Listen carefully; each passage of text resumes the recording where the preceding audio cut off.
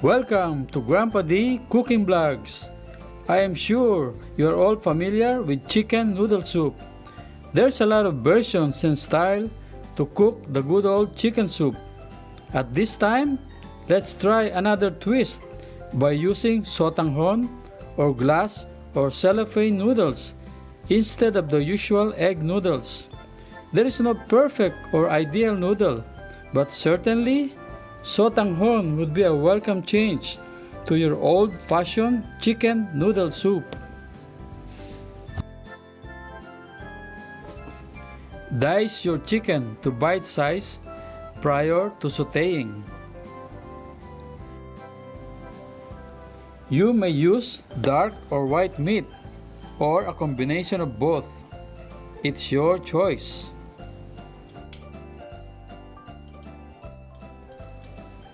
Use 1 tablespoon of cooking oil under medium heat to saute your onion and garlic.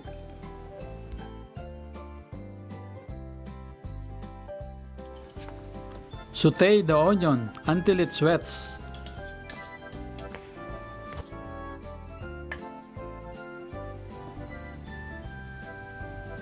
Next, saute the garlic lightly.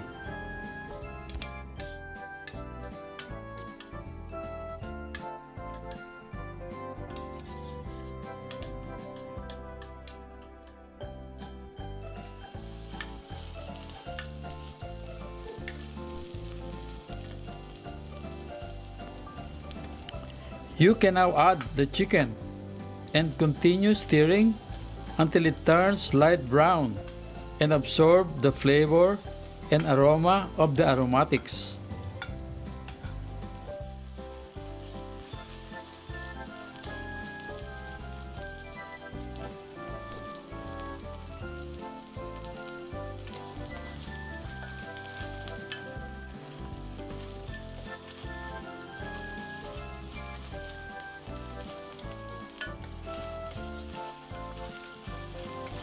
Season with salt and pepper according to your taste.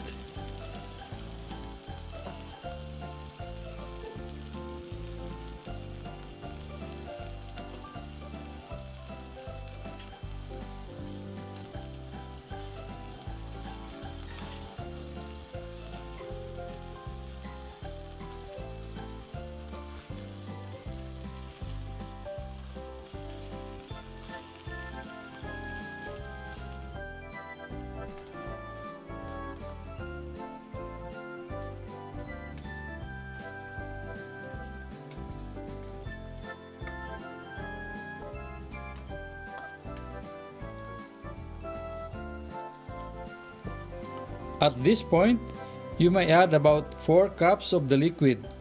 You may use water or chicken broth or chicken bouillon. Use chicken broth or bouillon if you prefer full or maximum chicken flavor.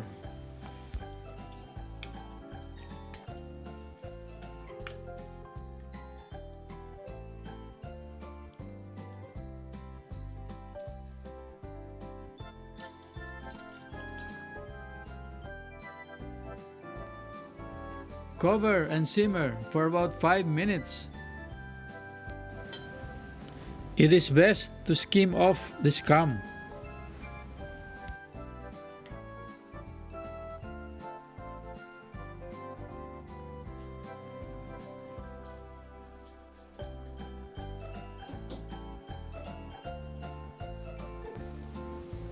Then you may add the vegetables, potatoes, carrots,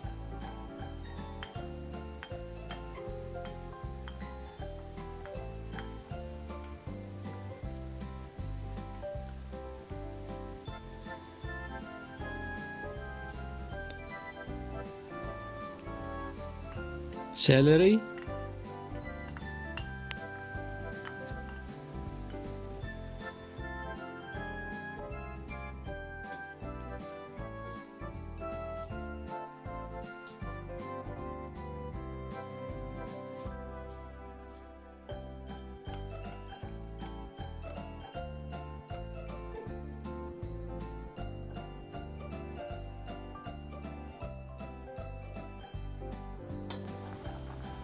When vegetables are done, add the Sotanghon noodles. Cook for a couple of minutes and then add the spring onion.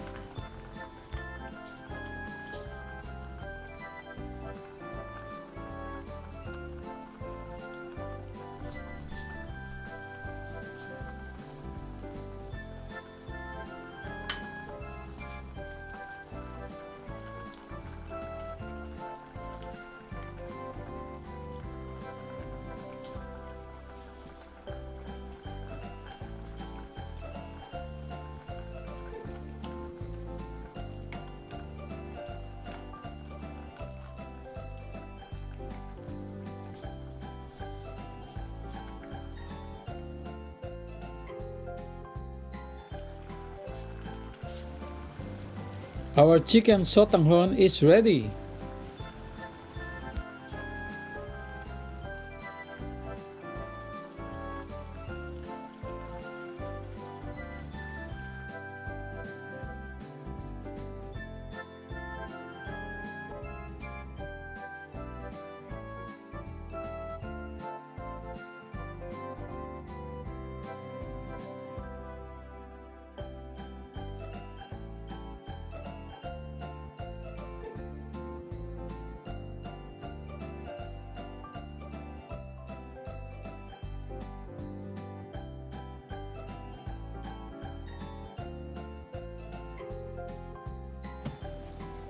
Gutom na ba kayo?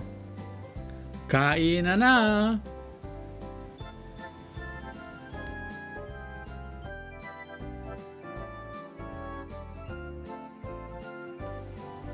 If you enjoyed this episode, please like, subscribe, and hit the bell button for upcoming videos.